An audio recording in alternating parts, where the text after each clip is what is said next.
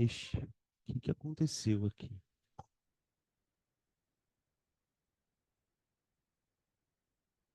Pronto.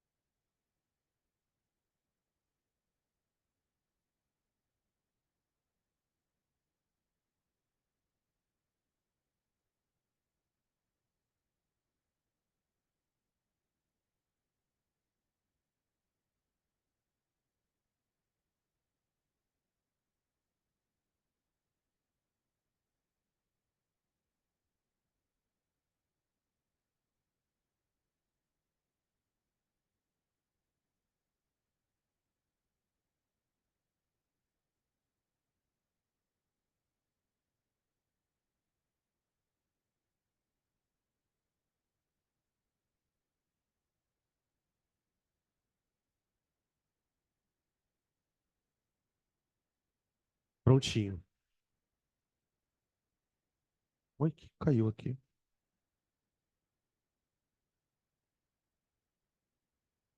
Caiu alguma coisa aí, não sei o que foi. Bom, enfim. Gente, a gente vai começar então na frente de segunda-feira, de física, né?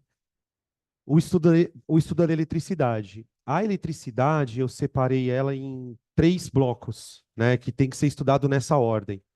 Primeiro, a gente começa com o estudo da eletrostática, estudando, sobretudo, a interação entre cargas e campo elétrico, potencial elétrico, que é essa parte aqui.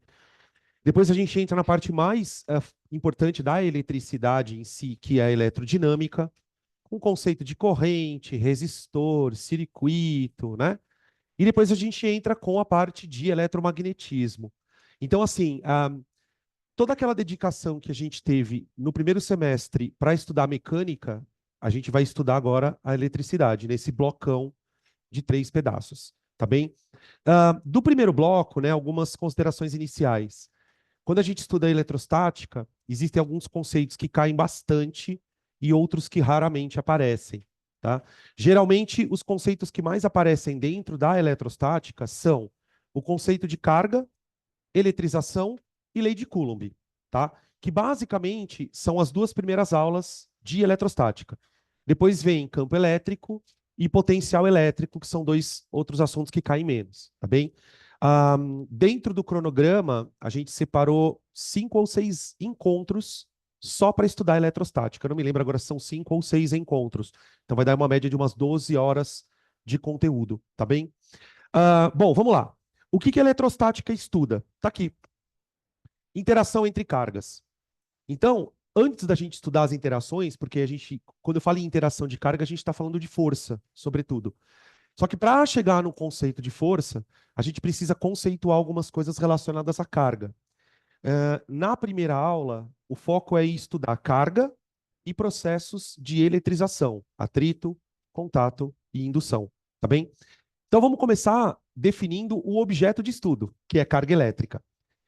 É difícil definir carga, porque carga, assim como outras coisas, como por exemplo massa, volume, carga é um atributo da matéria. A gente começa a entender isso a partir do momento que os modelos atômicos começam a se desenvolver. Aqui vale a gente fazer uma ponte rapidinha com a química, lá na parte de modelos atômicos, quando a gente estuda, sobretudo, dois modelos, Thomson e Rutherford. O que esses dois modelos trazem de importante para a gente usar na física? A partir do modelo de Thomson, ficou muito claro para a gente que carga é uma coisa que está dentro da matéria.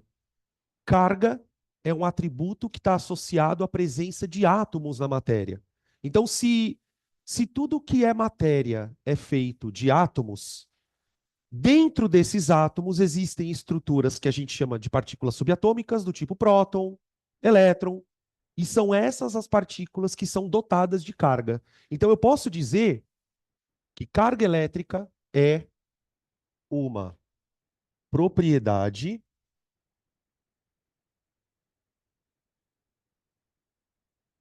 associada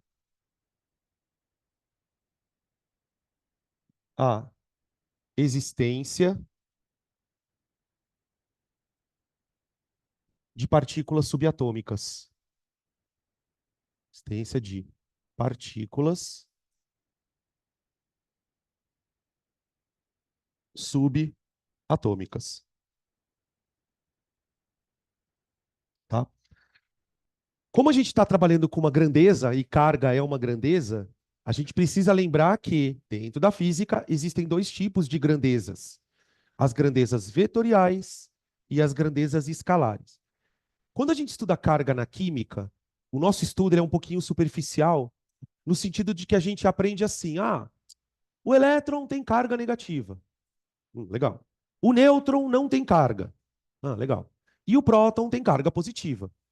Só que em nenhum momento a gente para analisar que essa carga positiva, negativa, ela tem um valor. A carga é uma grandeza que está associada não só a um sinal, mas a um valor. Então, o que que a gente sabe sobre carga? Existem dois tipos. Dois tipos.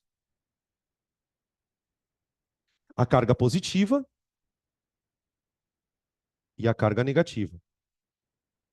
Essa carga positiva e essa carga negativa, elas estão associadas à existência do próton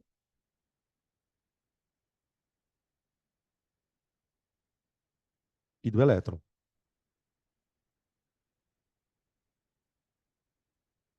tá? Então, dentro do nosso modelo atômico, que é o modelo clássico, né, de átomos formados por prótons, nêutrons e elétrons, a gente sabe que os prótons e os elétrons têm esse tipo de carga. Essa carga, além de um sinal, e depois a gente vai refletir, né, um pouquinho, por que que existem duas cargas, né? Como que os caras sabem que existem duas cargas? Pelo tipo de interação que elas vão fazer entre si. Cada uma dessas cargas tem um valor. Tem um valor. A carga do próton, ela vale 1,6 vezes 10 elevado a menos 19. E, obviamente, esse número precisa de uma unidade. E a unidade que a gente usa é o famoso Coulomb. Deixa eu colocar a letra C maiúscula. Coulomb. Coulomb é o nome de uma pessoa, né? Para variar. Na física é tudo assim. 1,6 vezes 10 elevado a menos 19 coulombs. Então, imagina um número com 19 casas depois da vírgula. Você, tá bem? Um valorzinho extremamente pequenininho. Esse valor vai vir com o sinal de positivo. Por quê? Porque a carga do elétron, curiosamente, tem o mesmo valor. Tem o mesmo valor. Só que com sinal negativo. Coulomb. Tá? A gente chama essa carga do próton, ou a carga do elétron, né, 1,6 vezes 10 elevado a menos 19, de carga elementar. Vamos escrever essa definição porque ela é importante para a gente. Carga elementar.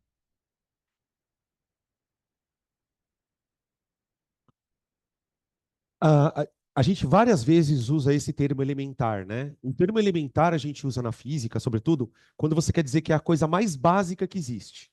Então, quando a gente chama uma carga de elementar, a gente está chamando ela desse nome porque ela é a menor carga que você consegue encontrar na natureza. Menor porção de carga, menor porção de carga presente na natureza.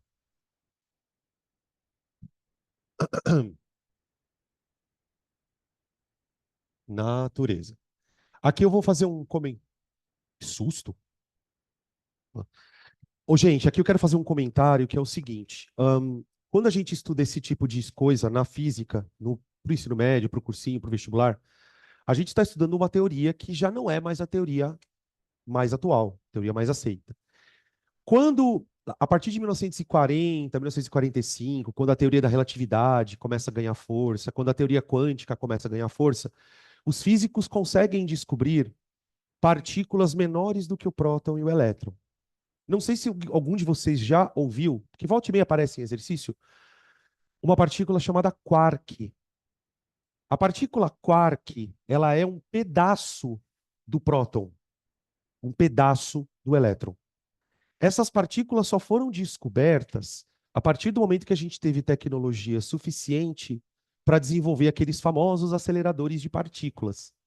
Nos aceleradores de partículas, o que os físicos basicamente fazem? Eles colidem de maneira intencional duas partículas. Colidem um próton com um nêutron, colidem um elétron com um próton. Só que antes de colidirem, essas partículas são aceleradas a velocidades absurdas, tipo assim, 60% da velocidade da luz, 40, 50% da velocidade da luz. Agora imagina duas partículas com velocidade metade da velocidade da luz, uma colidindo numa outra. Quando essas partículas colidem, o que os físicos percebem? Que elas se fragmentam em partículas menores. Estou contando isso por quê? Porque se você abrir qualquer apostila de eletrostática, você vai chamar essa carga de elementar. Você vai dizer que essa carga é elementar. É a mais básica da natureza. No entanto, hoje nós conhecemos partículas que são menores do que essas. Então, se você ouvir, por exemplo, vamos colocar aqui, ó, observação. Atualmente,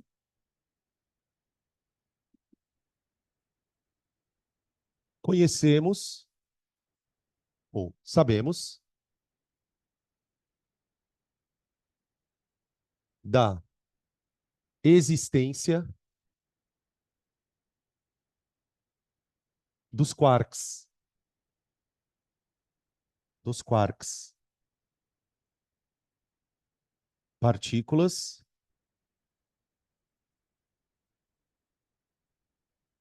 menores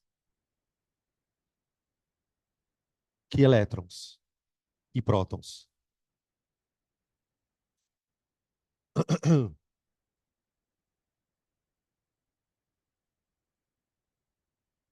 Tá?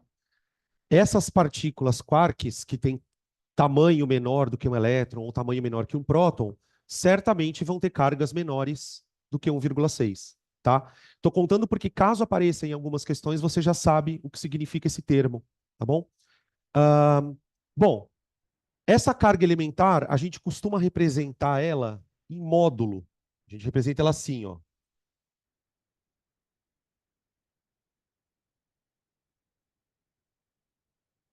1,6, 10 a menos 19, tá?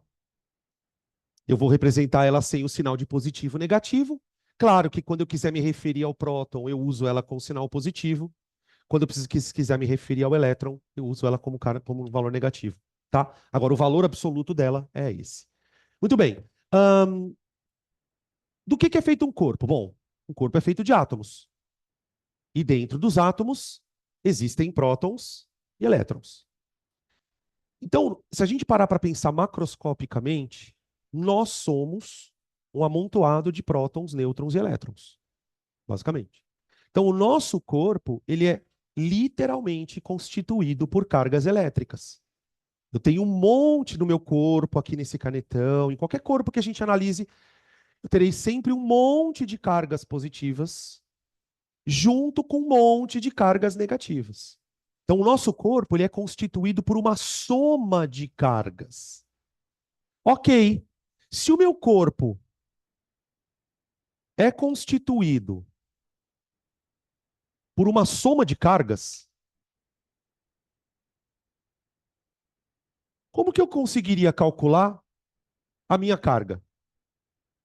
Eu quero calcular minha carga total. Se eu sou um corpo constituído por um monte de prótons e um monte de elétrons, se eu quiser calcular a carga de um corpo grande, eu faço simplesmente a somatória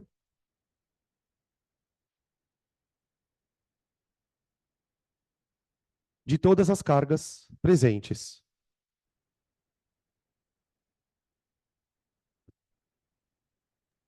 Dan, a Verônica. Ai, Ah, ela desfocou? focou. Peraí. Obrigada. É porque Eu não estou conseguindo me ver na televisão. Peraí. Foi? Acho que foi. Sim, ela já voltou. Ah, tá. Beleza. Então vamos lá.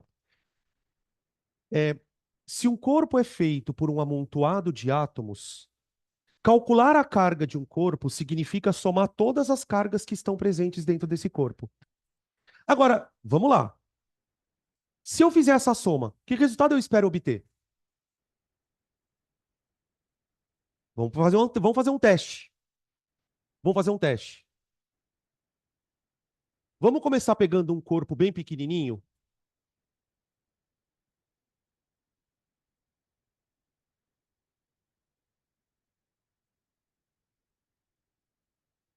Eu quero calcular a carga de um átomo de hidrogênio.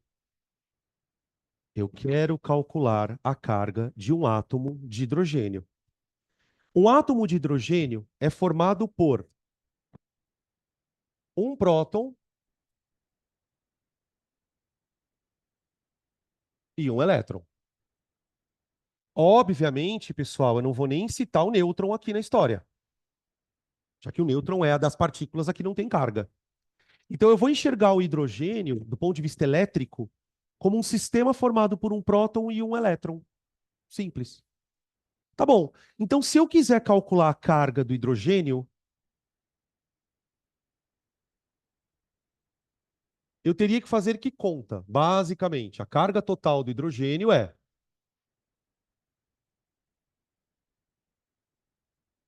ó, eu vou representar a carga total pela letra Qzão, que é o que a gente tradicionalmente usa nas fórmulas, né? O símbolo Qzão para carga elétrica. Se o hidrogênio é formado por um próton e um elétron, eu vou dizer que a carga do hidrogênio é a carga de um próton mais a carga de um elétron. Aqui deixa eu fazer uma ressalva bem rápida. Quando a gente quer representar a carga de um próton ou de um elétron só, a gente costuma representar pela letra minúscula Qzinho. Quando eu quero representar a carga de um monte de prótons e elétrons juntos, eu uso o termo Qzão, tá? Só para a gente fazer essa distinção. Agora, se o hidrogênio é formado por um próton e um elétron, significa que a carga dele tem que dar quanto? Necessariamente zero. Ah! É aquilo que o professor de química fala quando ele diz que um átomo é eletricamente neutro. Quando a gente ouve lá na química que um átomo é eletricamente neutro, isso quer dizer que dentro da estrutura, que é o átomo, a soma das cargas dá zero. Simples. Ah, mas eu posso então generalizar isso? Sim, sim. A gente pode dizer então, ó, que corpos neutros possuem uma soma de cargas igual a zero.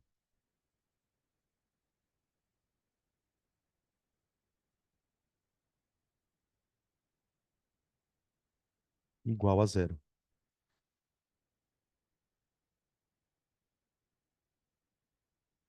Na prática, como que você sabe se um corpo está neutro ou não, na vida real?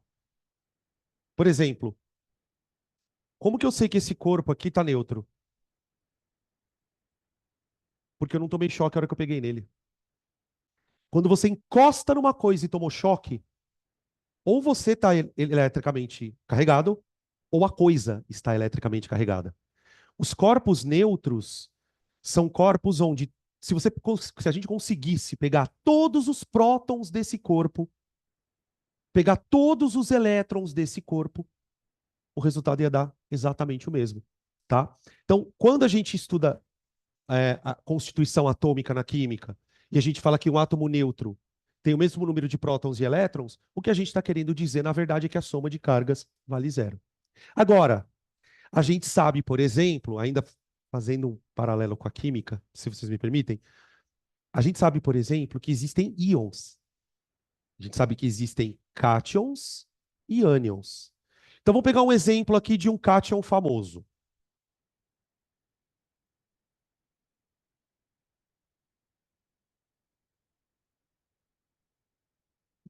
Ok. É o cátion cálcio. Cátion cálcio. A gente aprende que lá na química, né, tem aquela tabelinha famigerada, né?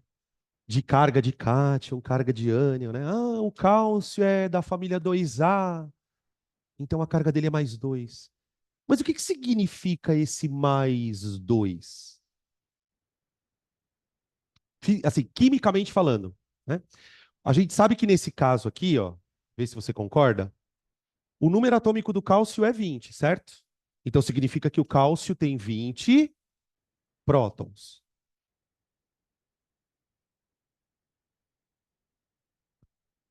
Quando eu simbolizo o sinalzinho de mais aqui na química, a gente entende que isso aqui significa que esse átomo está com excesso de próton ou está com falta de elétron, digamos assim. Então eu posso dizer que esse átomo tem 18 elétrons. Ok? Ah, então pera um pouquinho. Ele tem 18 cargas que valem isso aqui, ó. Certo? 18 cargas que valem isso. E tem 20 cargas que valem isso. Então, eu quero calcular a carga total do cálcio. Que conta eu tenho que fazer agora? Eu teria que fazer, né? Se eu fosse fazer um trabalho mais braçal, eu teria que fazer isso aqui, ó. 20 vezes a carga do próton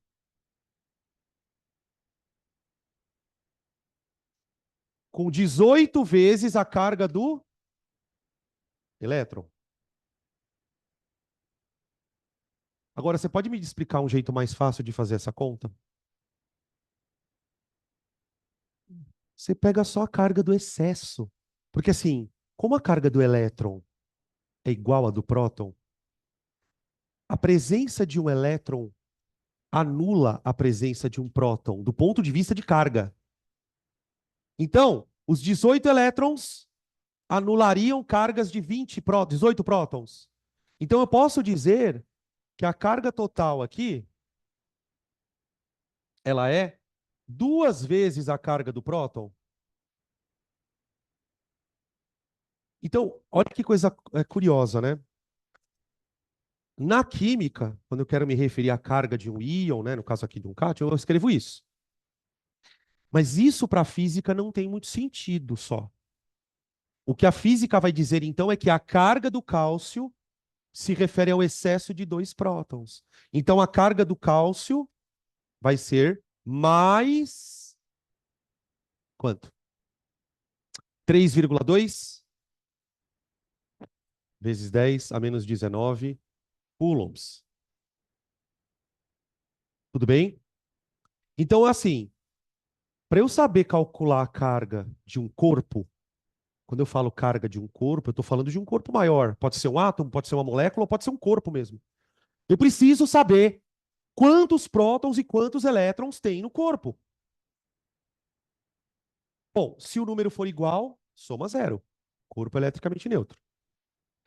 Quando a carga total é positiva, então vamos lá. Corpos positivamente carregados,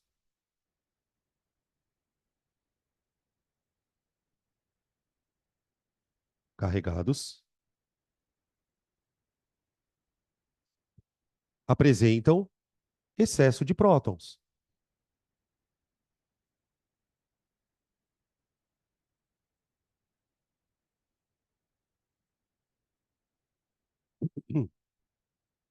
Quer dizer, a gente está falando a mesma coisa que nós falamos na química, só que com um olhar um pouquinho mais detalhado, tá?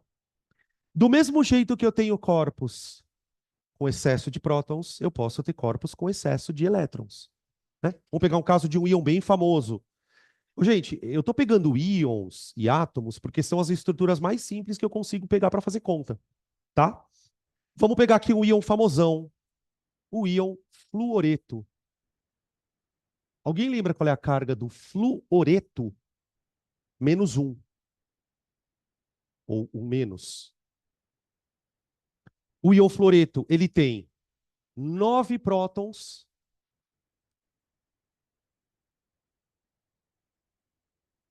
e 10 elétrons.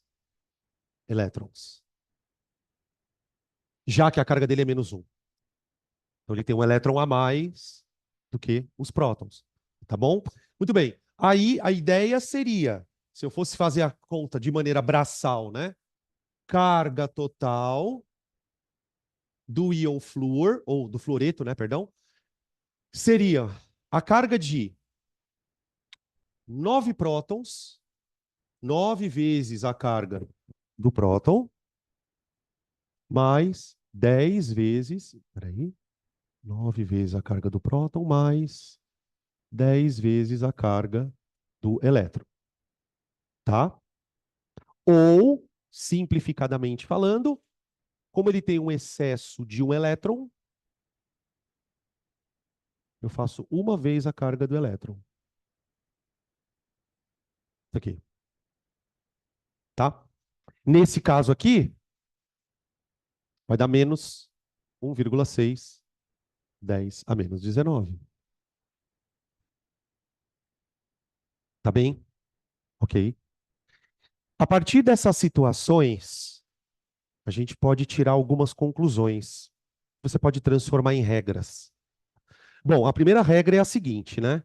Não existe carga menor que 1,6, 10 a menos 19. Se eu estiver falando de próton, se eu estiver falando de elétron, eu estou falando de carga elementar. Uma outra coisa que eu posso concluir, eu vou escrever primeiro, tá? Conclusões. Ah, peraí, deixa eu só escrever aqui, antes da conclusão. Corpos negativamente carregados. Calma.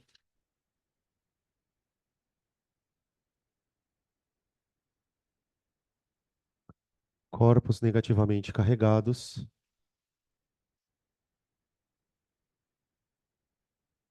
apresentam excesso de elétrons. Então, excesso de elétrons. Tá bem. Fechou. Ok. As conclusões. A primeira é a seguinte.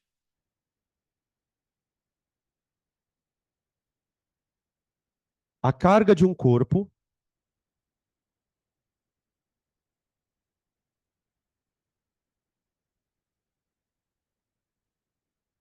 é sempre um múltiplo inteiro de 1,6, 10 a menos 19. Eu vou esperar um pouquinho para que vocês leiam essa frase com calma e tentem entender ela.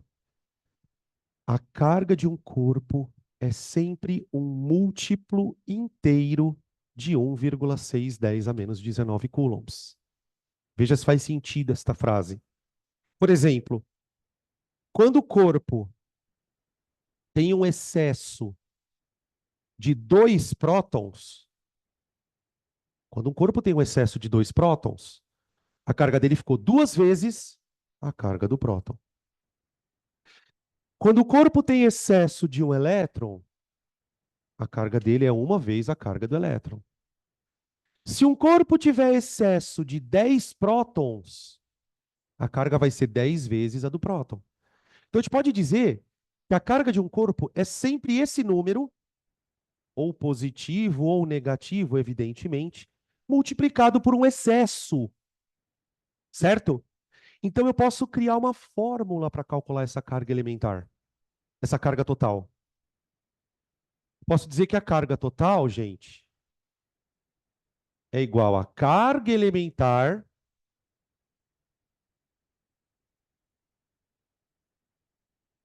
multiplicado por um número n.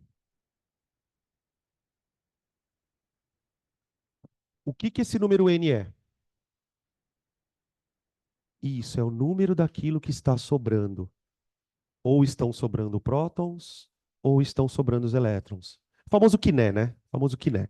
Tá? Isso aqui é o excesso de prótons ou elétrons.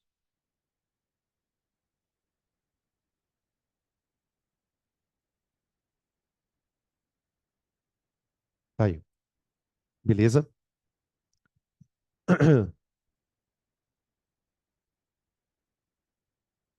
Respira um pouquinho.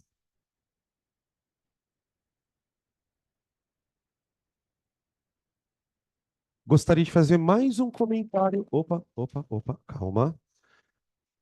Gostaria de fazer mais um comentário sobre carga. Aproveitar que a gente já está com a mão na massa aqui. Preciso que vocês me ajudem a fazer uma conta.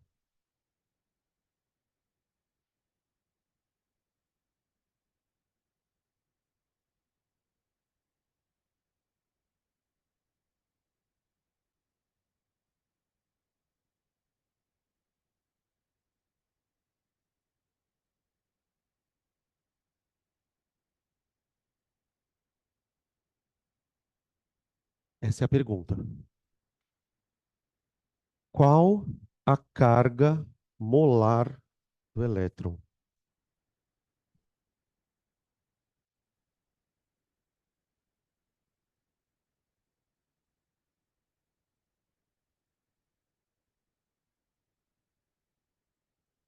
O que é carga molar, carai?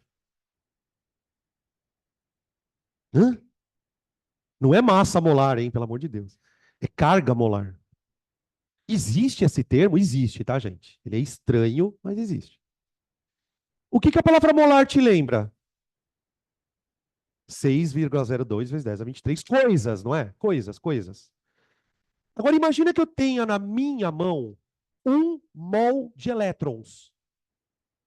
1 mol de elétrons. 6,02 vezes 10 a 23 elétrons. Você concorda que isso que está na minha mão tem uma carga gigante? Negativa? Eu quero saber quanto vale essa carga. Que conta eu tenho que fazer? Imagina que eu tenha na minha mão 1 mol de elétrons. Então vamos calcular? Eu vou chamar essa carga de Q molar. Q molar E. Assim, ó. Q molar E de elétron. Para eu calcular a carga de 1 mol de elétrons, eu teria que fazer esta conta aqui, ó. 1,6 vezes 10 a 23, 19, peraí. Eu estou misturando todos os números aqui. Que é a carga do elétron, menos, multiplicado pela constante de Avogadro, a famosa 6,02 vezes 10 elevado a 23. Tudo bem?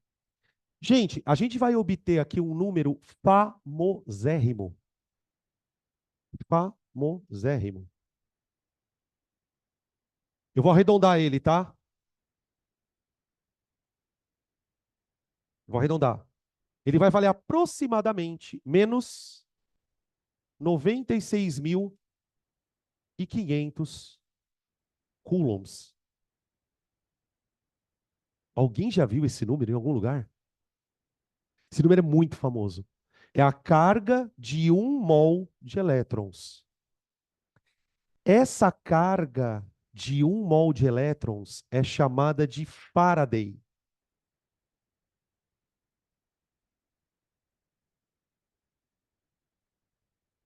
Sabe onde a gente vai usar bastante essa carga? Na eletrólise. Quando a gente for estudar eletrólise. Tá? Eu poderia calcular a carga do que eu quisesse, tá, gente? Eu estou calculando a carga de 1 mol de elétrons e estou dizendo para vocês que esse valor vale 96.500 coulombs. Este valor de carga é conhecido na física como um Faraday. Ou seja, o que é um Faraday? É uma unidade de carga. E o que é um Coulomb? É uma unidade de carga. Qual a relação entre Faraday e Coulomb? Um Faraday de carga é igual a 96.500 coulombs.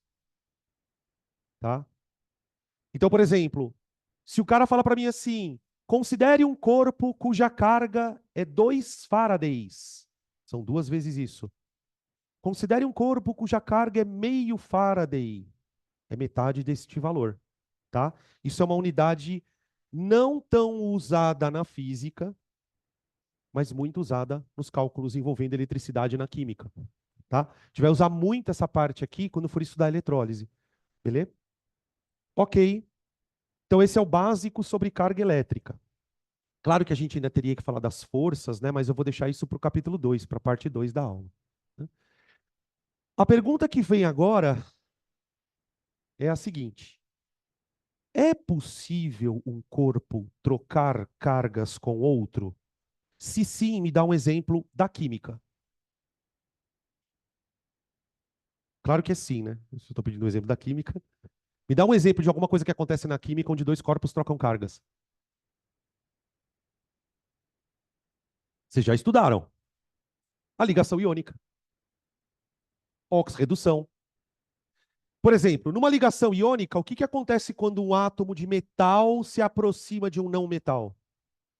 Troca elétron. Então, processos de transporte de cargas são a coisa mais comum que acontece na eletricidade. Então, a segunda situação aqui é o que a gente chama de eletrização de corpos.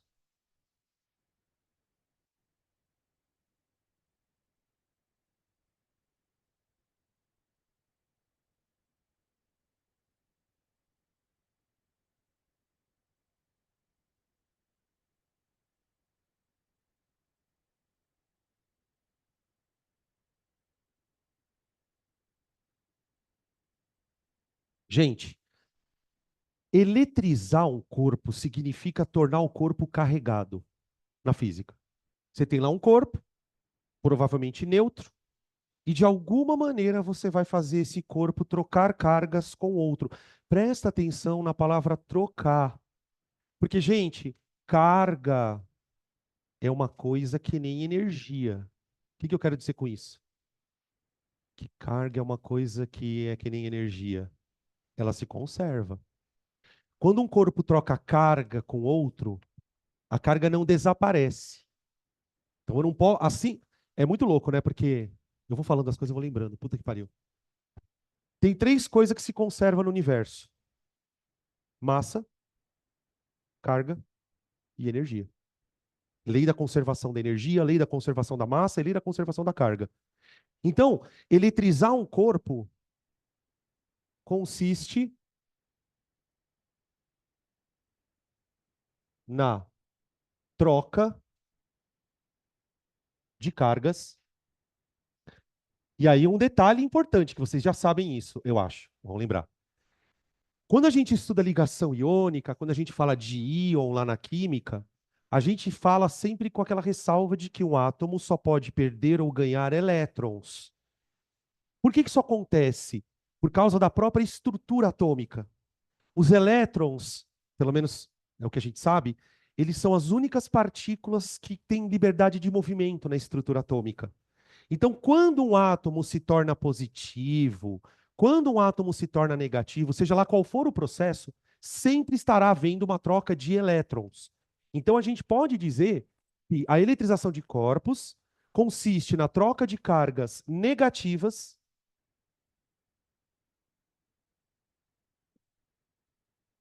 entre 2 corpos.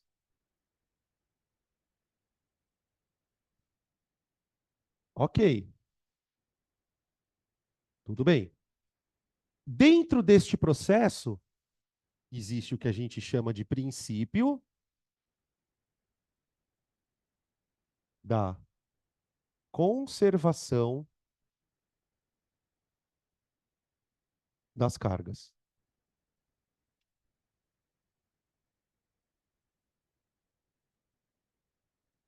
Princípio da conservação das cargas. O que isso quer dizer? Vamos imaginar o seguinte. Imagina que eu tenha um corpo aqui, A, e um corpo aqui, B. B. tá? Vamos imaginar que, de alguma maneira, eu vou provocar uma troca de cargas entre esses corpos, tá? Então, eu digo para você assim, olha, suponha que o corpo A tenha uma carga QA de mais 1 coulomb. Tudo bem? E o corpo B tem uma carga.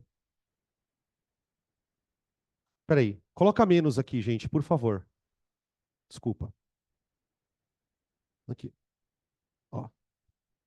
Imagina que um corpo A tenha uma carga de menos 1 coulomb e o corpo B tenha uma carga neutra. Tá bom. E aí eu vou fazer esses corpos trocarem cargas, tá? Então eu vou, sei lá, eu vou aproximar os corpos.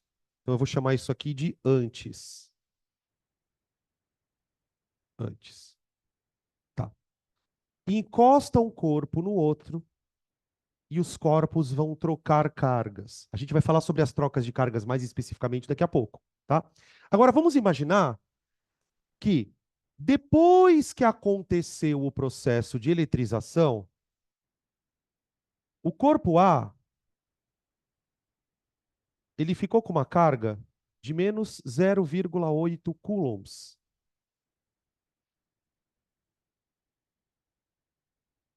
Então, peraí. Ó,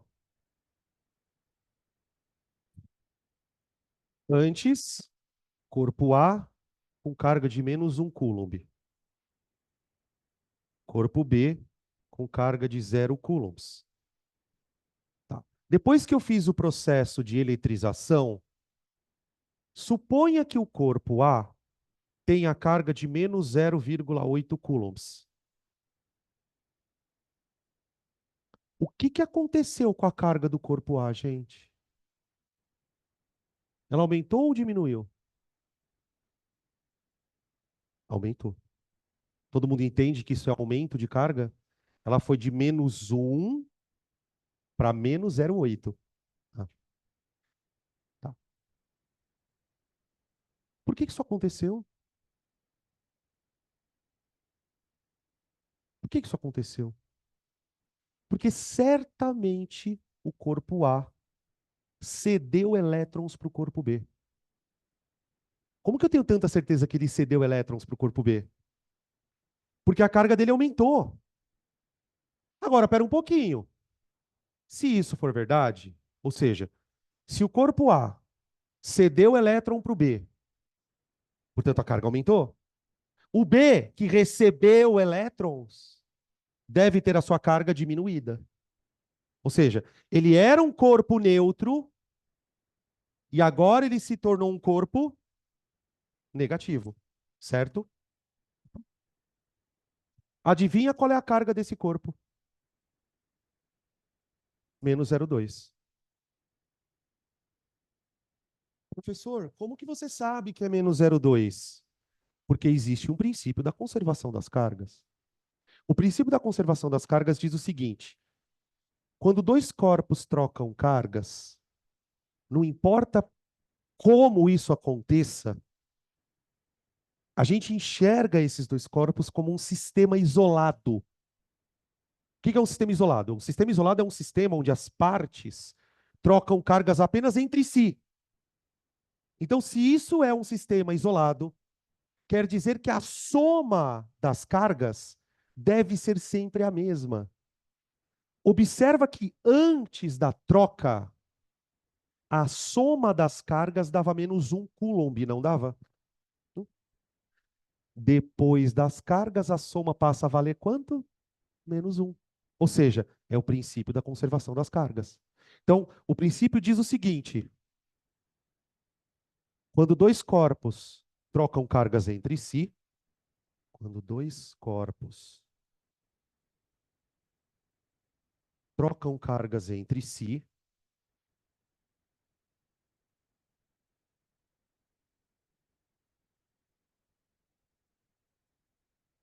se a carga total do sistema, a carga total do sistema permanece constante.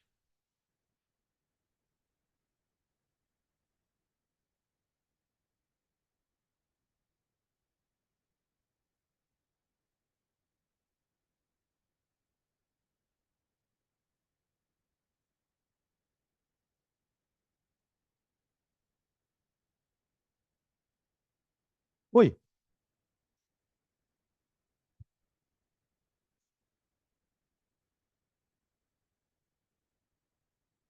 tá. Essa pergunta é boa.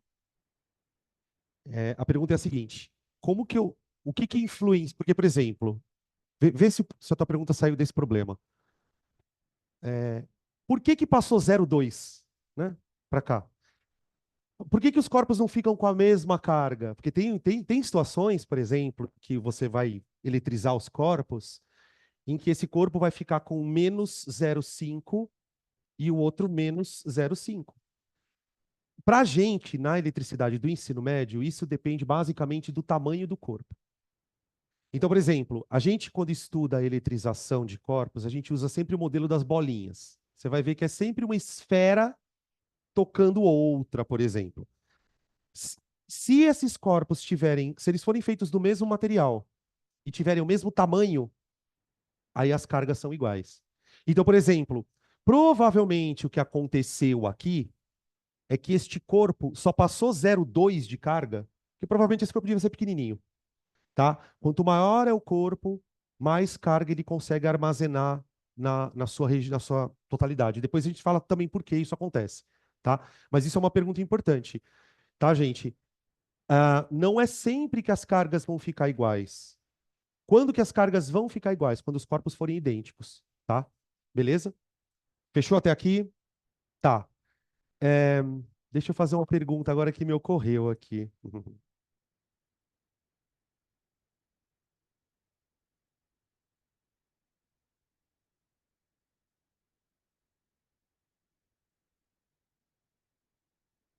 Uma coisa que o exercício pode te vir a te perguntar, ainda dentro desse quesito conservação de cargas, tá?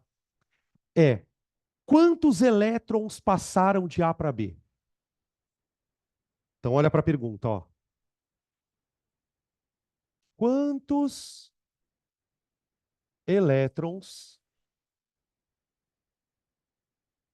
foram transferidos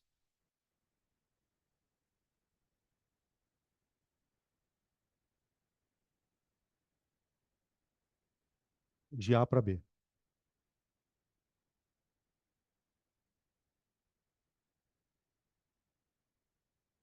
Pensa aí como que a gente faria essa conta, velho. Todo mundo consegue compreender que os elétrons passaram de A para B, né? Tá, beleza. Ok. Quantos? Tenta bolar uma conta aí para eu fazer aqui no quadro.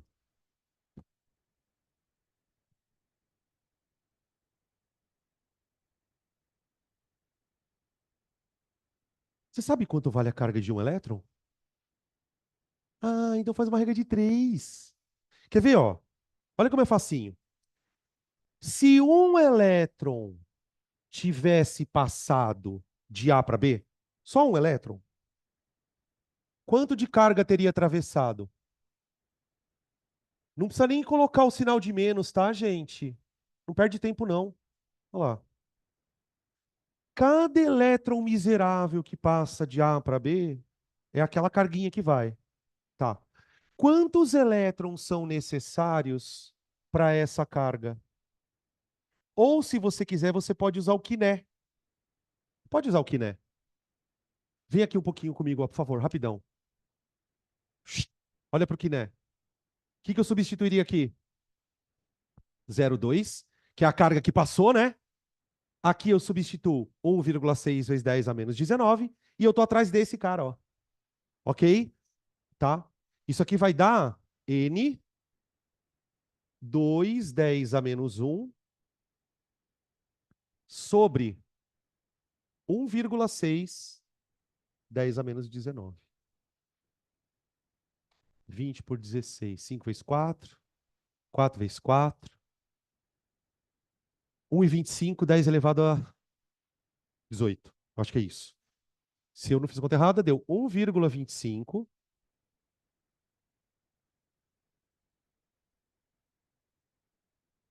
10 a 18. O quê?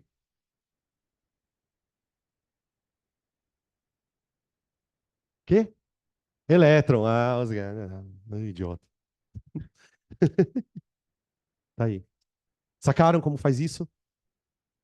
Agora, só um comentário, porque vocês vão ver que eu vou, cada vez que eu der um conceito, eu vou puxar para eletrodinâmica.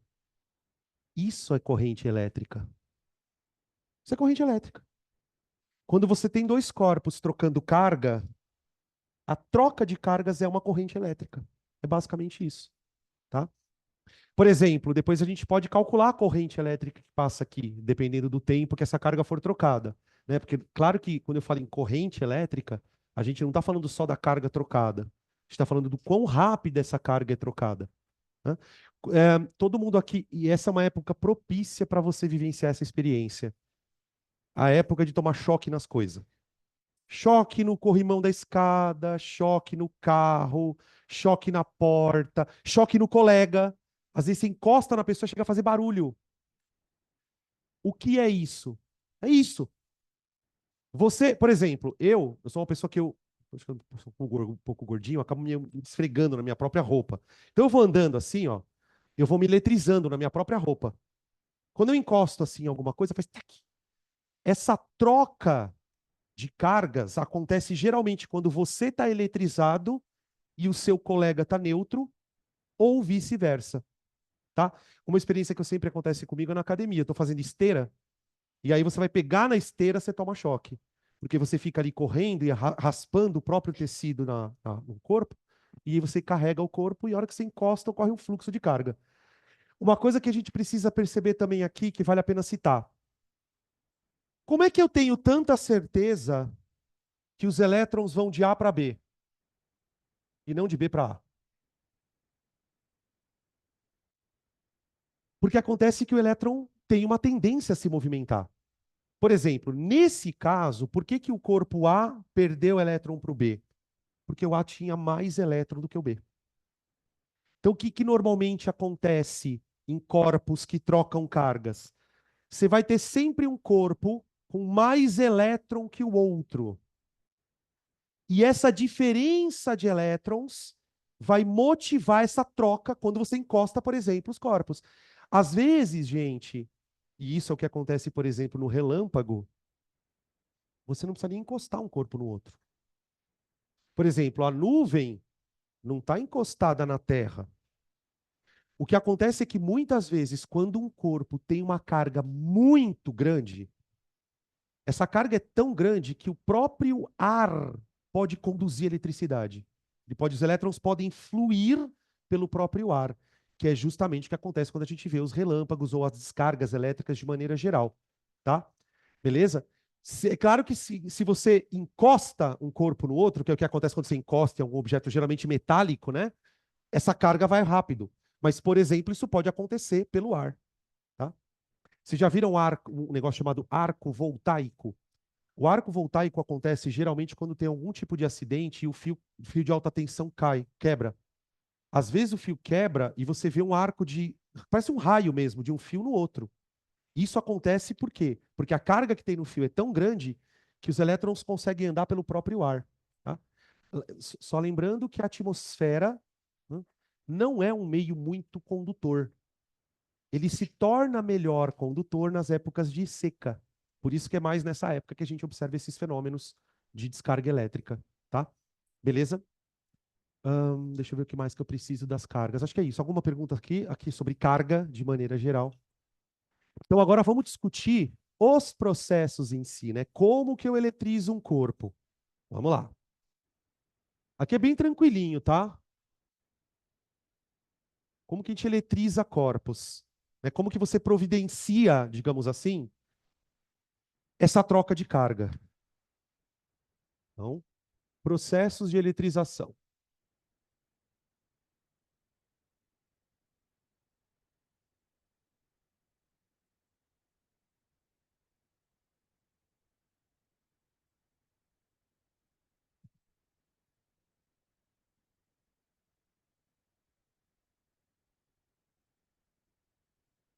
Contato. Esse é o caso mais simples que tem de entender. Né? A gente chama de eletrização por contato quando você de fato encosta um corpo no outro. Daí o termo contato. Hã?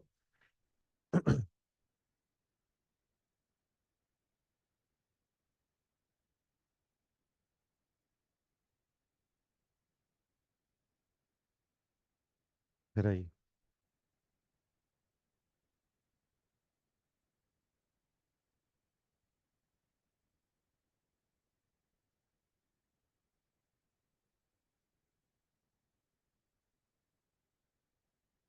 Antes, durante, depois.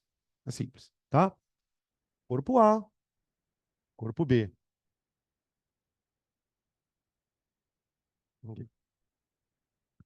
Beleza. Quando a gente trabalha com exercícios de eletrização por contato, a gente usa o modelo das esferas. Modelo das esferas. O que eu quero dizer com isso, gente? Se o exercício for um exercício referente à eletrização por contato, o exercício sempre vai trabalhar com esferas. Então, o exercício sempre começa do mesmo jeito. Duas esferas metálicas A e B. Quando você ouvir esse ter duas esferas metálicas A e B, você já pode pensar que é um exercício de contato. Lembrando aquilo que eu falei para o Lund, as esferas podem ser iguais ou diferentes, tá? A gente vai falar um pouquinho sobre isso no transcorrer da coisa. Vamos imaginar que as esferas são iguais, que é o caso que mais aparece, tá?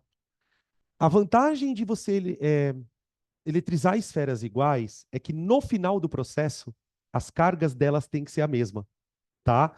Então, depois eu coloco esse adendo aqui na questão, tá? Vamos imaginar o seguinte: esfera A tem uma carga de menos 2 coulombs, ok? Esfera B tem uma carga de menos 4 coulombs. Então, aqui está a situação inicial. Esfera A, menos 2. Esfera B, menos 4. Isso é o 1, o antes. Durante. Quando eu encostar essas esferas, os elétrons eles tendem a se distribuir nos dois corpos como se eles fossem uma coisa só. E é por isso que as cargas acabam ficando iguais. Nesse caso aqui, gente, quem perde elétron para quem? Veja que os dois são negativos, hein? Hum, é só você olhar quem tem mais elétron sobrando, né? É o B. Então, se eu coloco dois corpos negativos, esse é um outro caso, o corpo que é mais negativo deve ceder elétrons para o corpo menos negativo. Então, os elétrons saem daqui, ó, de B para A.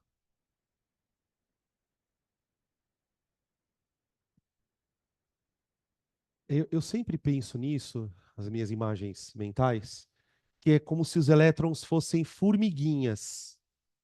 Então, eu tenho um monte de formiguinha aqui. Aqui eu também tenho umas formiguinhas, mas não tantas. Porque tá vendo que esse cara é mais negativo, né? Quando eu coloco os dois, um no contato, as formiguinhas se distribuem. Entenderam? E o processo ele é super simples. É você encosta, conta até três e separa. Não precisa contar até três, tô mentindo, mas você encosta e separa. É muito rápido. Quando o processo terminar, quando o processo terminar, quanto vai ser a carga de A? Quanto vai ser a carga de B? Eu aplico o princípio da conservação das cargas, tá? Aqui eu vou escrever assim, ó. Para esferas idênticas,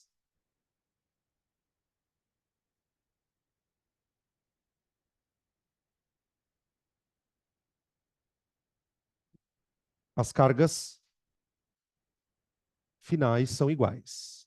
Exatamente. As cargas finais são iguais. Tá aqui. E aí a conta é rápido.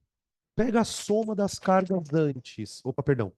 Pega a soma das cargas antes, dá -6. Se o princípio da conservação das cargas é verdadeiro, no final a soma das cargas tem que ser -6 de novo. Considerando que as cargas são iguais, que linha A vale -3, que linha B vale -3. Pronto. Que antes igual a que depois. Oi. Hã? Ficou quente? Ah, ficou frio. A carinha dele de malandro. Peraí. Se controla? Não vai.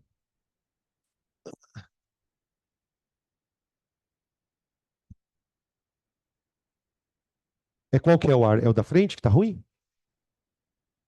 E aqui, tá. Eu tô suando que nem um tampo de marmita, gente. É, mas não me leve em consideração, não. É, não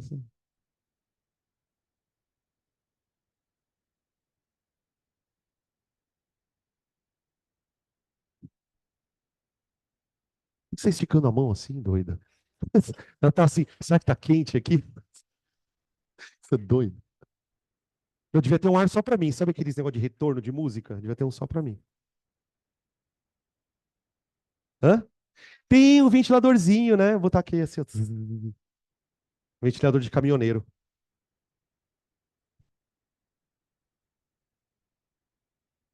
B. Atrito.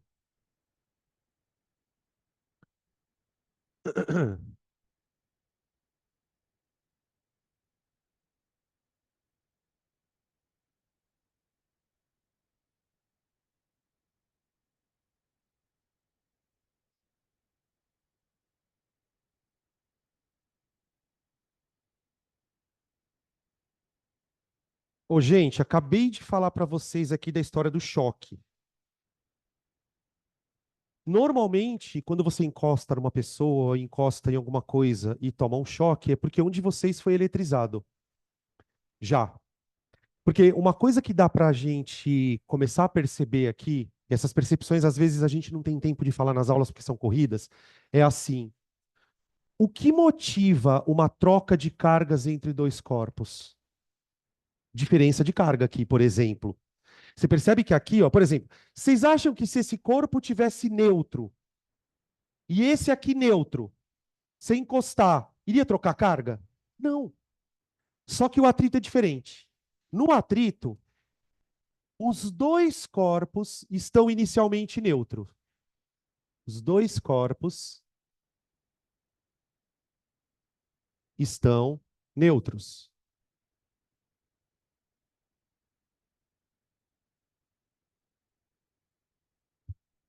Então, a princípio, para pensar assim, não existiria nenhum motivo aparente para os elétrons saírem de um corpo e ir para o outro. Mas eu consigo fazer isso acontecer. Só que eu preciso fornecer energia. E é aí que entra a história do atrito. Ô, gente, o atrito é uma forma de energia.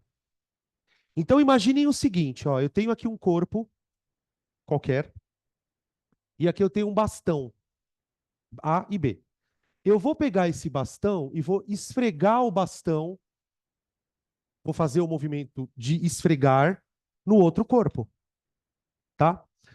Esse movimento de esfregar um corpo no outro vai fornecer energia para os elétrons serem transferidos. E aí eu tenho duas possibilidades. Ou o corpo A cede elétrons para o B, ou o B cede elétrons para o A. Então eu tenho duas situações. Duas possibilidades.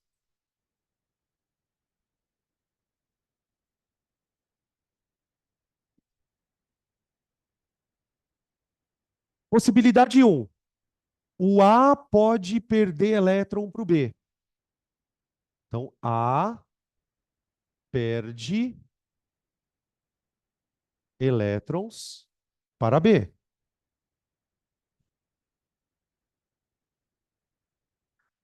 Se o A perder elétron para B, no final do processo, o A fica positivo.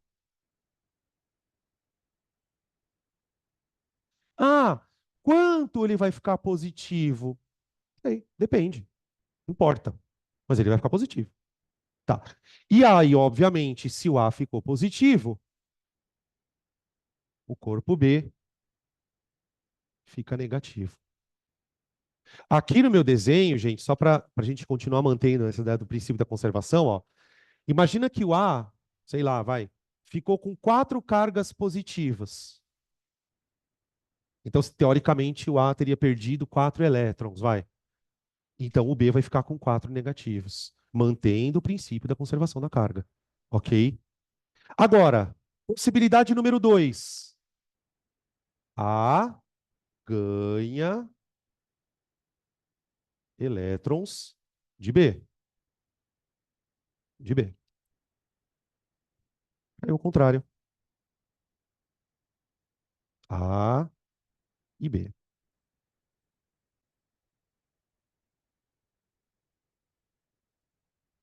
Aí o A fica negativo e o B positivo. Tudo bem? Aí eu quero chamar a atenção de vocês para uma coisa, porque essa é uma pergunta muito frequente dentro desse assunto. Olhando para esses dois processos, eu estou falando só desses dois porque tem o de indução também. Olhando para o processo atrito e olhando para o processo contato, existe uma semelhança e uma diferença entre eles. Veja se vocês conseguem me dizer o que é. Semelhança e diferença.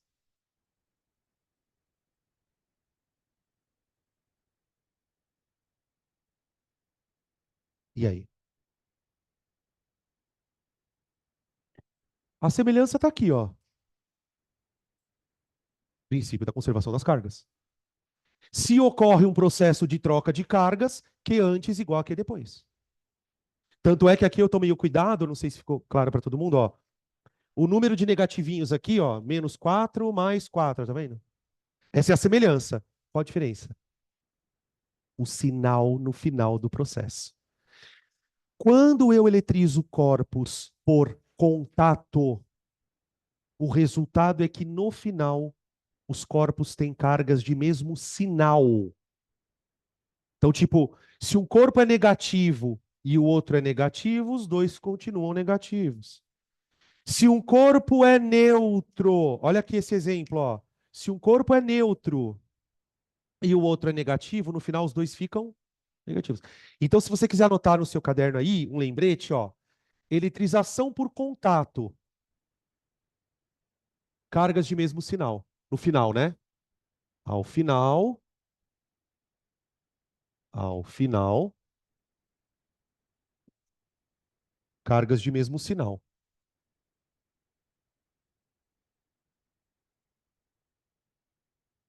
Principalmente para quem for prestar eventualmente aqueles vestibulares de verdadeiro ou falso. Ah, o número de alternativas corretas, tá? Na eletrização por contato, os corpos eletrizados adquirem cargas de mesmo sinal, ó. Já na eletrização por atrito, não. Eles até começaram neutros, mas se um é positivo, o outro é negativo, tá bom? Beleza? Então, eletrização por atrito, ao final, os corpos adquirem, adquirem sinais opostos. Sinais opostos. Estos.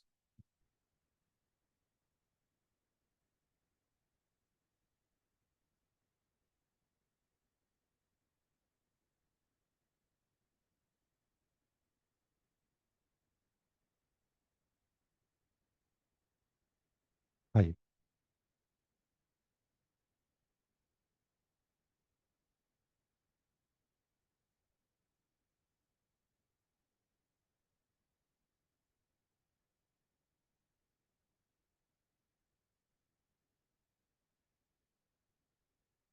Agora vamos para o mais chatinho, que é a indução. Espera aí. Vou pegar um negócio aqui.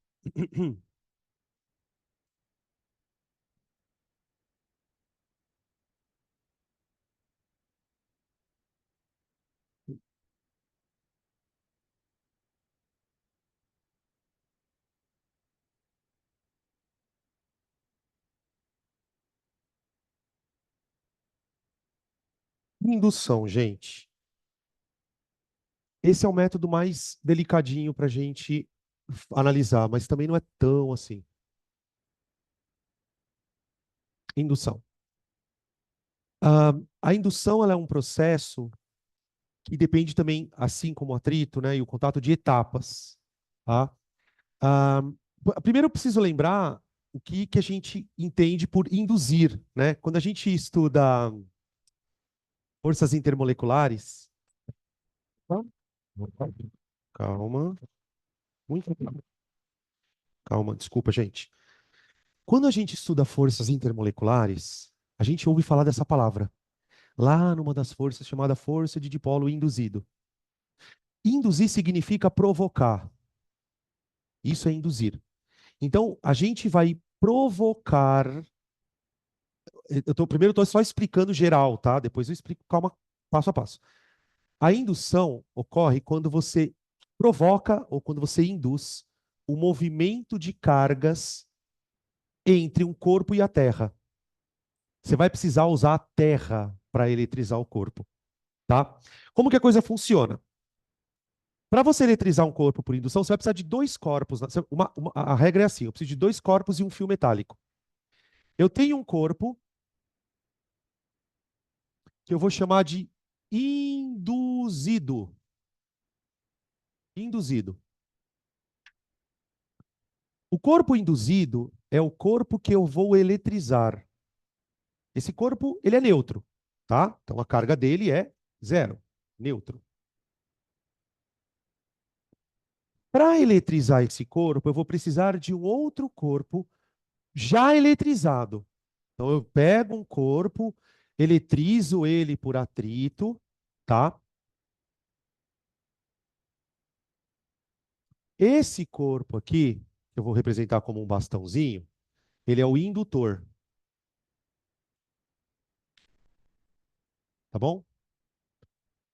Dependendo do sinal do indutor, o induzido ficará de um jeito.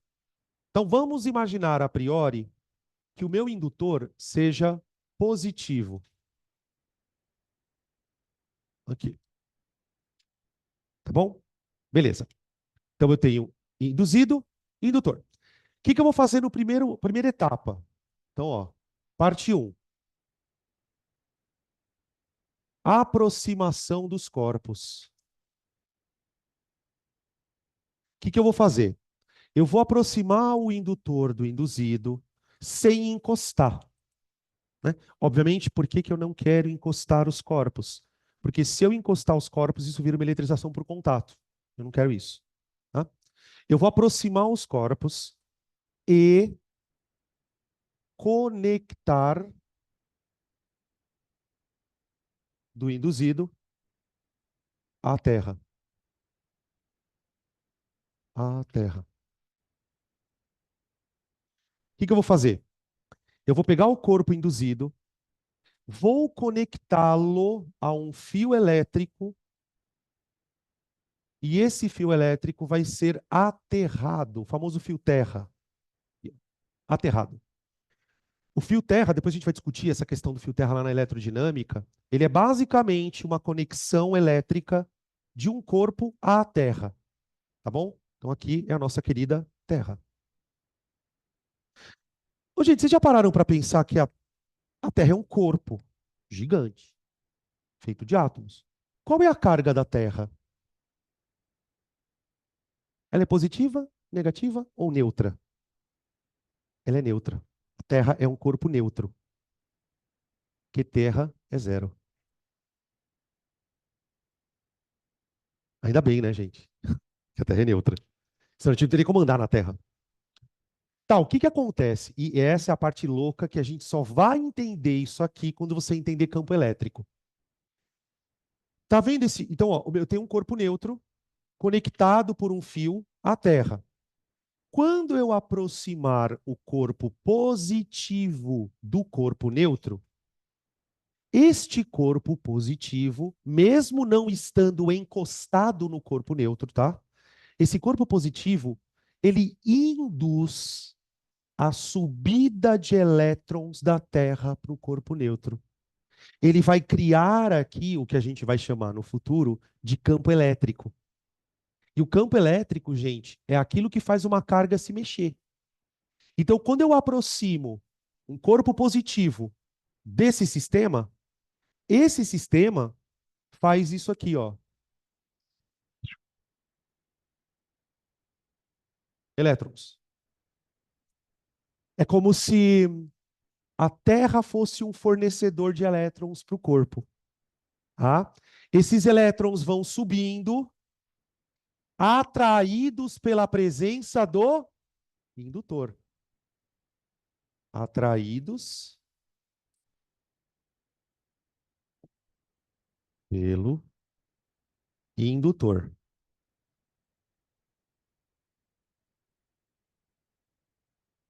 A interação elétrica é uma coisa muito louca, né? Porque você não precisa encostar um corpo do outro para puxar carga. O simples fato de você aproximar o corpo do neutro e conectar ele à Terra já provoca essa subida de elétrons. Agora, pera um pouquinho. Detalhe. Esses elétrons que estão subindo são da Terra, não são? O que aconteceria com esses elétrons se eu afastasse o indutor? Imagina que os elétrons estão aqui em cima. Ó.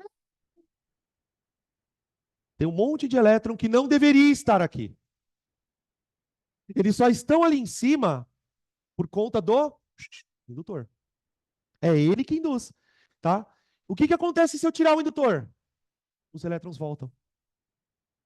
Ah, mas Danilo, então você não eletrizou merda nenhuma? Sim, eu não eletrizei ainda. O que eu vou fazer?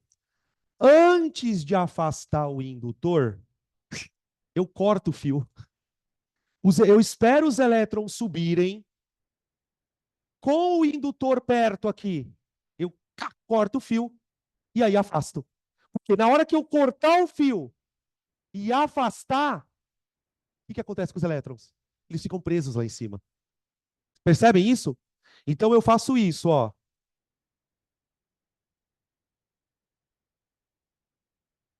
Cortar o fio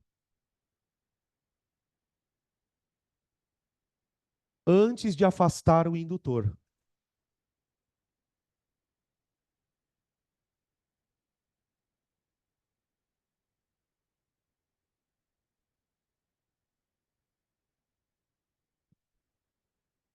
Então a regra é assim, ó. Aproxima, espera. Corta, afasta. Tudo bem, ó? Aproxima, espera. Por que espera? Espera os elétrons subir.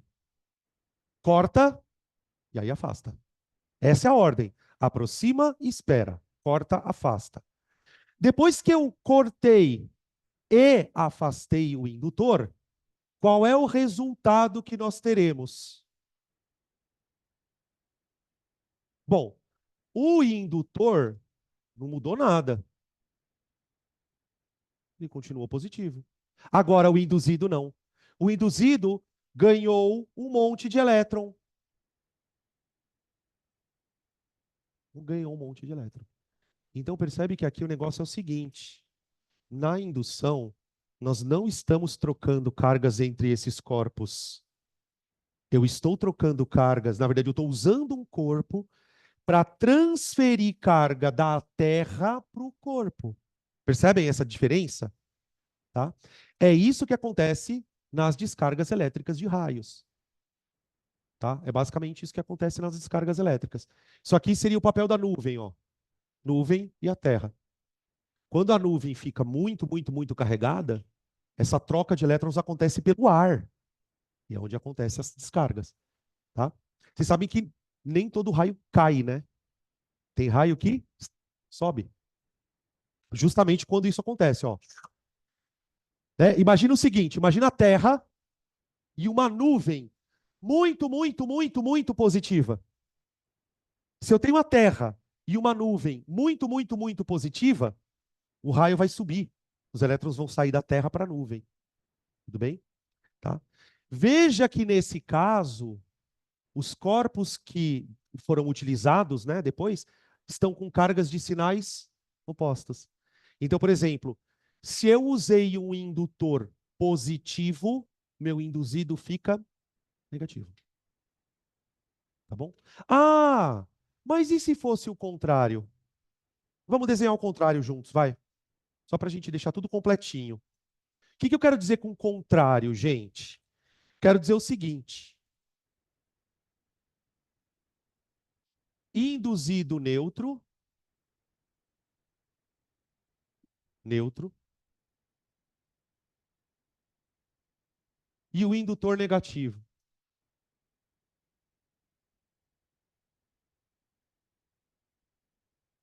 Vamos ver o que acontece aqui, ó. Olha lá. Mesma coisa, tá? Eu aproximo o indutor do induzido, estabeleço uma conexão com a Terra, Terra, ó, tá? Cuja carga é zero. E aí eu vou fazer o seguinte: quando eu aproximar o indutor negativo do induzido, a presença desse monte de carga negativa aqui vai empurrar os elétrons daqui para baixo. Quando a carga do indutor é positiva, como é que eu guardava isso? O indutor positivo, ele chupa elétron da Terra.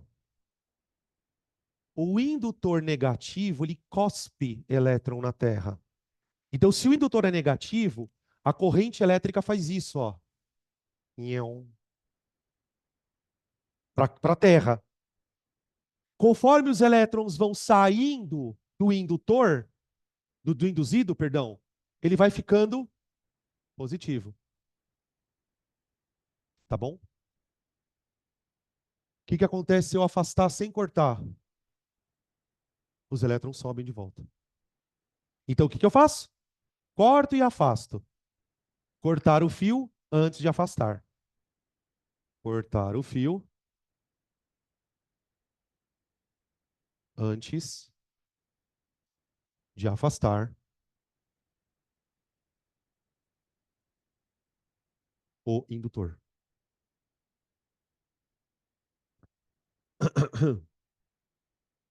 Tá aí. Bom, resultado final da história. O induzido fica positivo, porque ele perdeu o elétron para a Terra, enquanto o indutor, que foi usado para fazer o processo, negativo. Tá?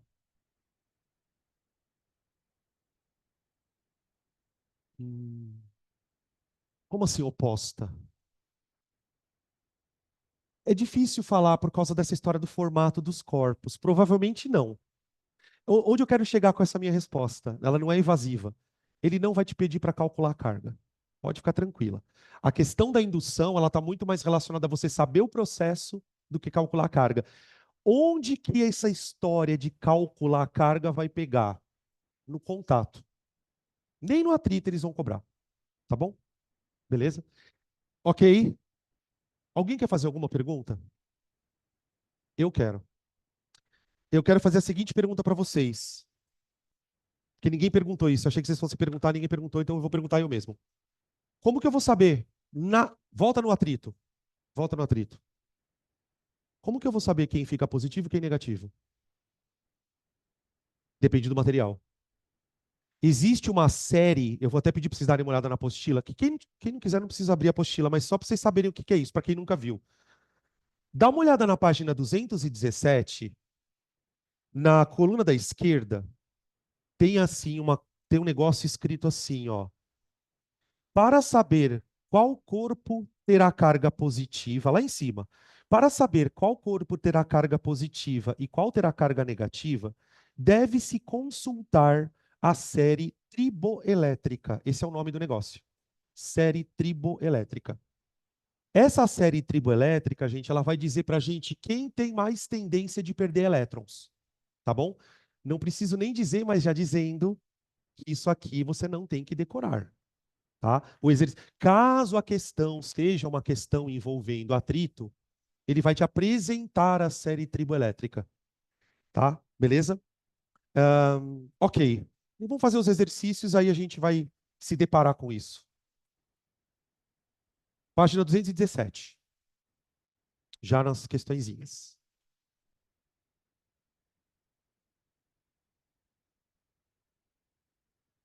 Ai, nada de vetor, né, gente?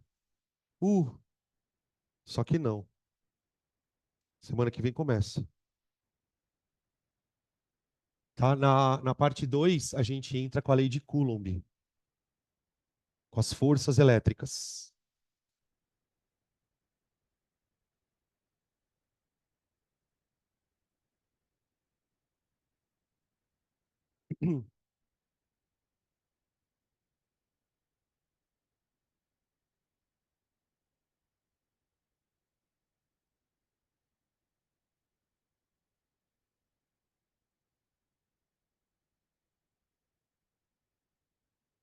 Questão número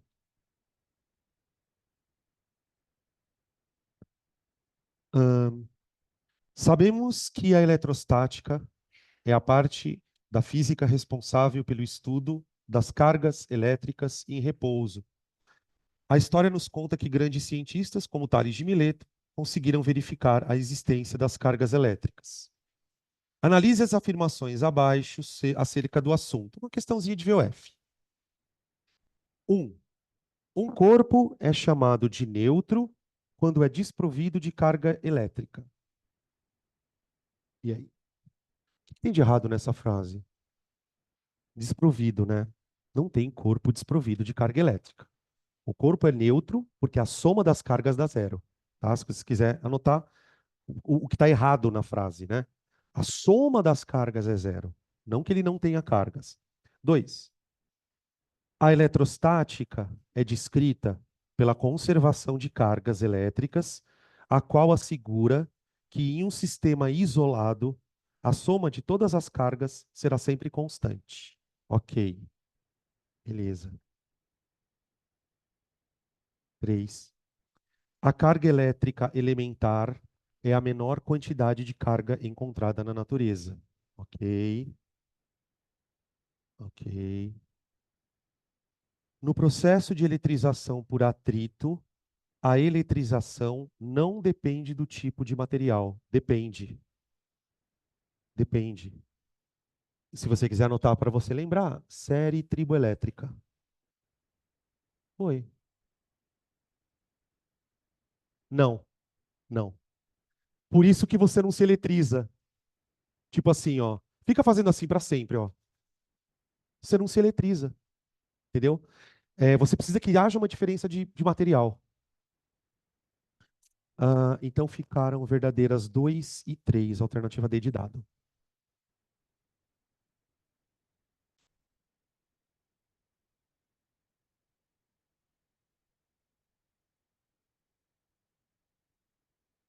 2. Quando atritamos uma régua de plástico com um pedaço de lã. Dá uma lida aí, vê nas alternativas. Atritamos uma régua de plástico e um pedaço de lã. Vou ver aqui. Lã.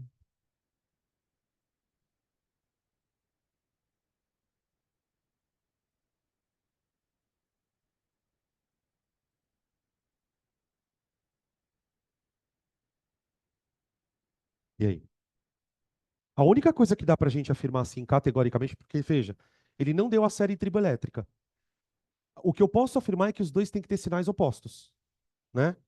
Então vamos ver o que está de errado aqui nas frases. 1. Fazemos com que a régua de plástico fique carregada com cargas elétricas e o pedaço de lã continue neutro. Errado. Fazemos com que a régua de plástico fique carregada com cargas elétricas e o pedaço de lã fique com cargas elétricas contrárias às da régua. pois a transferência de cargas, acho que me parece que é essa. 3. Fazemos com que a régua de plástico fique carregada eletricamente com o mesmo tipo de cargas da lã, falso. A régua de plástico e a lã ficam neutras, falso. Tá? Então é a 2 a resposta. 2. Alternativa B de bola. 3. Ô, gente, a questão 3, dentro desse assunto, é a mais comum de aparecer. Se você, até que vocês vão ver depois nos exercícios de casa, tem várias delas, tá? Olha o que ele fala na 3. Eu acho que desse assunto é a questão mais chatinha. Ele diz assim: três esferas metálicas idênticas, ABC, se encontram isoladas e bem afastadas umas das outras. A esfera A possui carga Qzão e as outras estão neutras. Então, pera lá. Eu tenho uma esfera A, B e C. A carga de A é Qzão e as outras estão neutras. Aí agora ele vai começar a fazer uma porrada de coisa esquisita. Ele fala assim, ó, a esfera, faça a esfera A tocar primeiro B e depois C. Em seguida, faz-se B tocar C.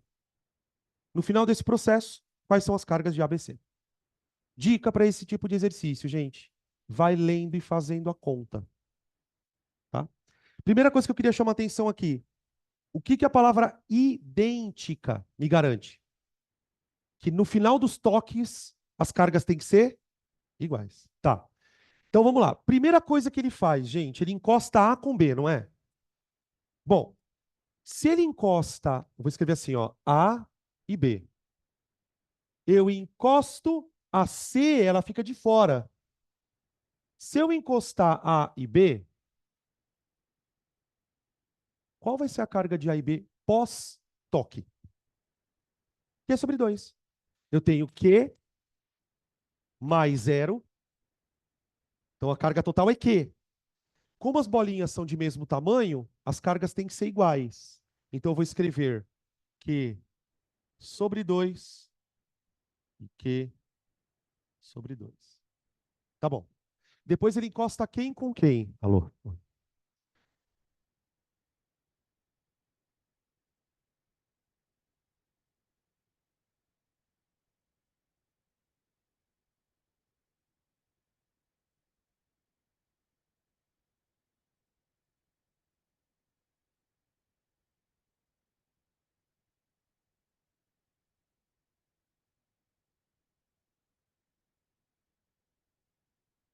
Alô? Oi, oi, oi, oi. Pronto. Então agora eu vou encostar B com C. Ah, é A com C, perdão. Desculpa. A e C. Caralho, gente.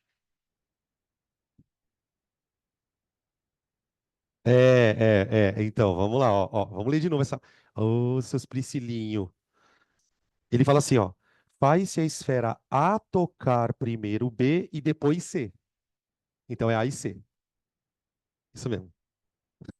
Olha os Priscilinho aí, ó. Vai. A com C. Então a B continua Q sobre 2. Agora, essas duas vão dividir a carga. Então aqui vai ficar Q sobre 4 e Q sobre 4. Até aqui a gente está conseguindo fazer meio que de cabeça. Tá. Agora sim, né? Vamos ler de novo aqui. Faz a esfera A tocar em B e depois em C. Em seguida, faz B tocar C. Agora é B e C.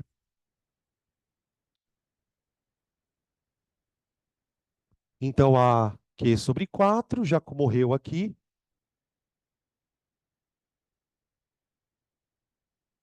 Aqui, gente, se você tiver dificuldade de fazer essa conta de cabeça, sugestão que eu te dou. Você sabe que as duas cargas não vão, as duas esferas não vão ter que ficar com a mesma carga? Chama de X aqui, ó. Tudo bem?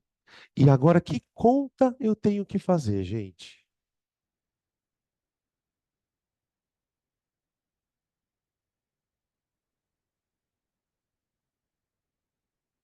Então, eu posso fazer duas contas, vê? Ou eu somo tudo e igualo a Q, porque no começo eu tinha Q, não tinha? Ou então eu pego essas duas, ó, e somo e igualo a 2x. Também, tanto faz, é o que você quiser. Tá, ó. Q sobre 2, que é essa daqui, ó, mais Q sobre 4, essa aqui, é igual a 2x. Aqui vai dar 4. Aqui vai dar 2Q mais Q, né? Dá 3Q sobre 4. Vê se vocês pegam isso. Ó, tirei o mínimo, tá? Entre 2 e 4 é 4. Vai ficar 3Q sobre 4 dividido por 2. Então, o x vai dar 3Q sobre 8. Ah, gente. Isso é o mais difícil que pode aparecer, viu? Esse tipo de questãozinha desse assunto. Tá? A eletrostática, em especial, ou o negócio é bem fácil ou é muito foda. Tá? Ficou, então, a resposta ficou Q sobre 4, 3Q sobre 8 e 3Q sobre 8, que dá a alternativa E. E.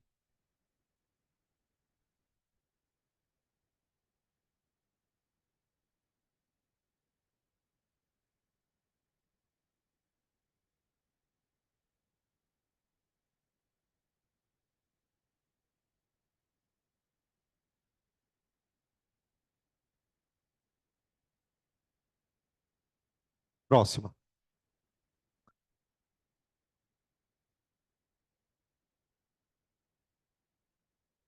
Não, nossa. Gente, pula a questão 4. Ah, pegadinha do malandro. Não, pula a questão 4, não tem nada a ver.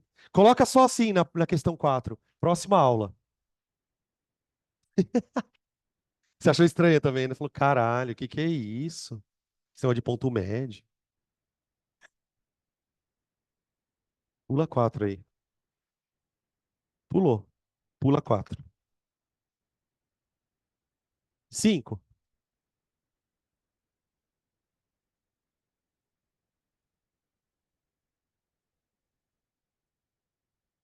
Olha só a treta. Essa questão é difícil, tá? Eu acho ela bem chatinha. Ela, se não me engano, é da Unicamp ou da FUVEST, não me lembro.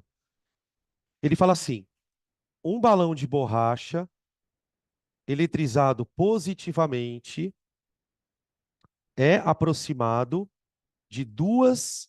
Um bastão de borracha eletrizado positivamente é aproximado de duas esferas A e B que estão em contato.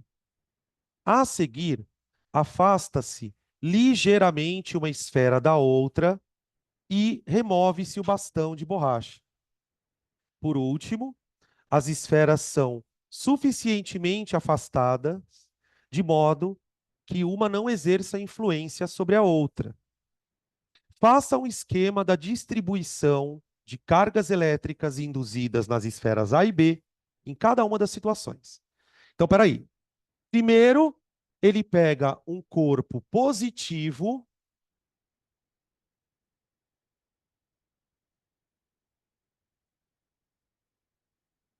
e aproxima de duas bolinhas. Só que detalhe, gente, as bolinhas estão grudadas. Então você tem aqui uma bolinha B e uma outra aqui. A.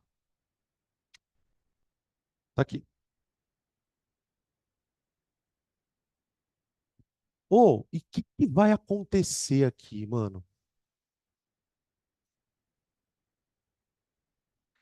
Lembra o seguinte, tá, pessoal? Por favor. Aqui dentro tá cheio de átomos, certo? E os átomos são constituídos por prótons e elétrons, e além dos nêutrons, tá? Nêutrons. E os únicos que podem se movimentar são os elétrons. Tá? Então, o que vai acontecer a hora que você aproximar isso dessas duas bolinhas? Não tem ninguém conectado na Terra. Não tem ninguém conectado na Terra. O que vai acontecer? Olha, elétron gosta de carga positiva, não gosta? Se eu aproximar um corpo positivo de um sistema como esse, provavelmente os elétrons desse sistema vão simplesmente ser atraídos para cá. Então você vai ter uma configuração bem peculiar aqui, ó. Você vai ter esse lado aqui com excesso de elétrons e esse lado aqui com falta de elétrons. Vai, pergunta. Pergunta? O que acontece é o seguinte, gente, quando os dois corpos estão grudados, eles estão se comportando como uma coisa só. Estão se comportando como uma coisa só. Isso aqui, gente, é o que. Sabe como é que a gente aprende isso aqui na química? Polarização. O que a gente fez aqui foi polarizar esse sistema. Eu usei um fator externo para provocar uma concentração de elétrons de um lado e uma falta de elétrons do outro. Muito louco isso, tá? Isso aqui, se você quiser escrever aí do lado, você polarizou o sistema AB, tá?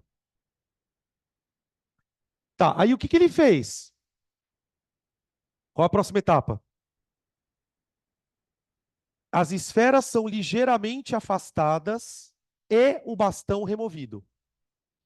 Então, primeiro eu afasto e depois eu tiro o bastão. Espera um pouquinho, pelo amor de Deus.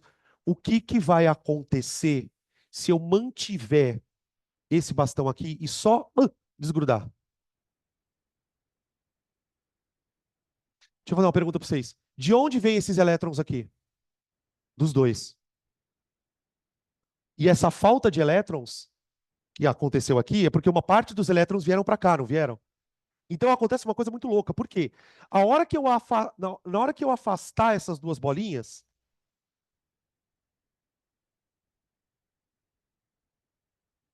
essa bolinha fica com excesso de elétrons e essa com falta. Só que agora presta atenção. Ele fala que afastou ligeiramente, não é? O que significa ligeiramente? Tipo assim, elas continuam próximas uma da outra. Quando isso aqui for afastado ligeiramente, o excesso de elétrons da A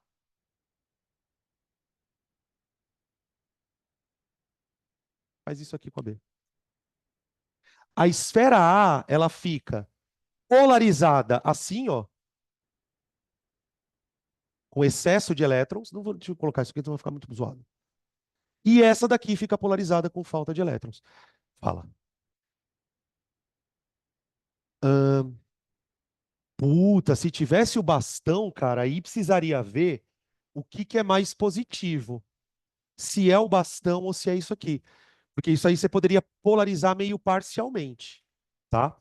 Por isso que ele primeiro se afasta as duas e depois tira o bastão, tá? Beleza?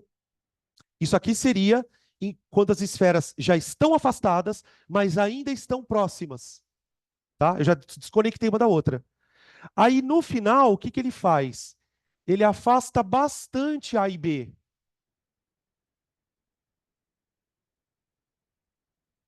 Mas espera aí, qual a diferença de afastar pouco ou afastar muito? Bom, o simples fato de eu afastar as esferas já significa que eu eletrizei elas, certo? Agora, enquanto elas estão próximas uma da outra, essas cargas, bem ou mal, ainda estão se atraindo. A partir do momento que ele afasta, e você vê que ele faz uma ressalva, né? Ele fala assim: eu afasto as duas até que uma não exerça influência na outra.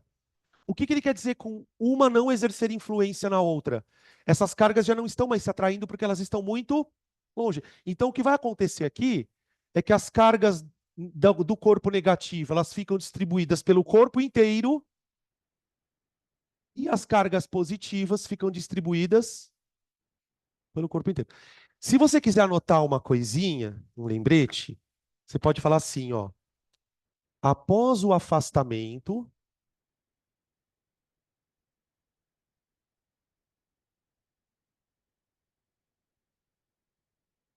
as cargas ficarão distribuídas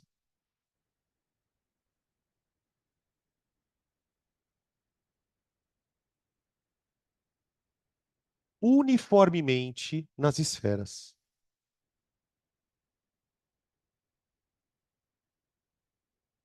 Nas esferas.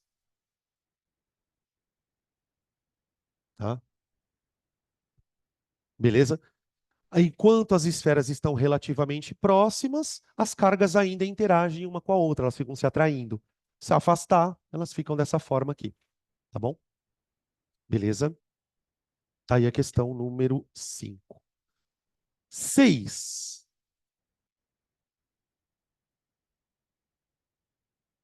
Oi, fala. Não? 6. Numa aula de eletrostática, o professor coloca a seguinte situação.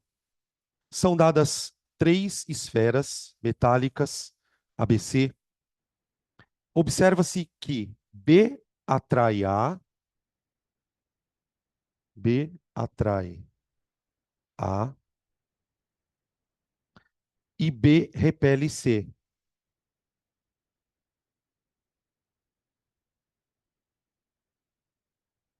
C. É isso, né? É. No que diz respeito ao estudo de eletrização das esferas, o professor apresenta 4 possibilidades e pede aos alunos que escolham aquelas compatíveis. Ô, gente, aqui é a interação entre cargas, né? Que é o que a gente basicamente vai falar na aula que vem inteira. A interação elétrica se resume a atração-repulsão. É isso que significa a eletrostática. É interação de atração ou repulsão. Quando ele fala que B repele C, eu já posso garantir que elas têm o mesmo sinal. Então, ou B é positiva e C é negativa, aliás, ou B é positiva e C é positiva, ou B é negativa e C é negativa. Ok. Agora, e a esfera A? A atrai B. E aí? Olha, se a A atrai a B, elas podem ter sinais diferentes. Então, uma possibilidade seria A negativa, B positiva, C positiva, ou A positiva, C negativa, C negativa. Tem alguma assim? Tem? Hã? Deixa eu ver. A positiva, positiva, não. B não. Negativa, positiva, positiva, né? 4. Tudo bem? Ó, positivo. Agora, deixa. Peraí. Calma. Então, vamos lá. Existem outras possibilidades. Por exemplo, a ela pode ser neutra. Gente, um corpo neutro, ele pode ser atraído por corpos negativos ou positivos. Como isso ocorre? Me explica. Eu vou propor um experimento para você me explicar isso melhor. Imagina o seguinte, ó. Imagina que eu vou pendurar uma bolinha de metal neutra. Ela está neutra, ok? E eu vou aproximar dela, da bolinha neutra, uma bolinha positiva. Tá vendo esse fio aqui, ó? Ele vai fazer isso aqui, ó.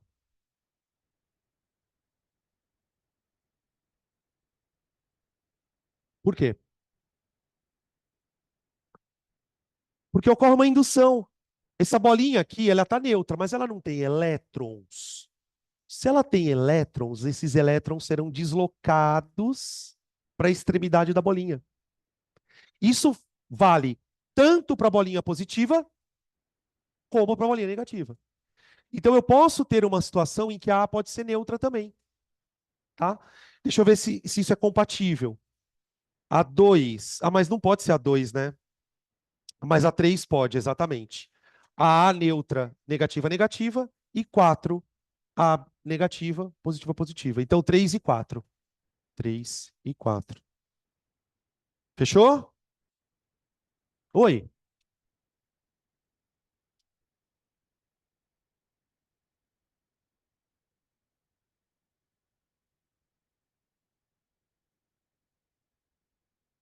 Entendeu? Tá? Fechou? Então é isso, crianças. Para você fazer a indução, você vai polarizar o corpo. Exatamente. Tá? Fechou? Quinta-feira a gente se vê, tá, gente?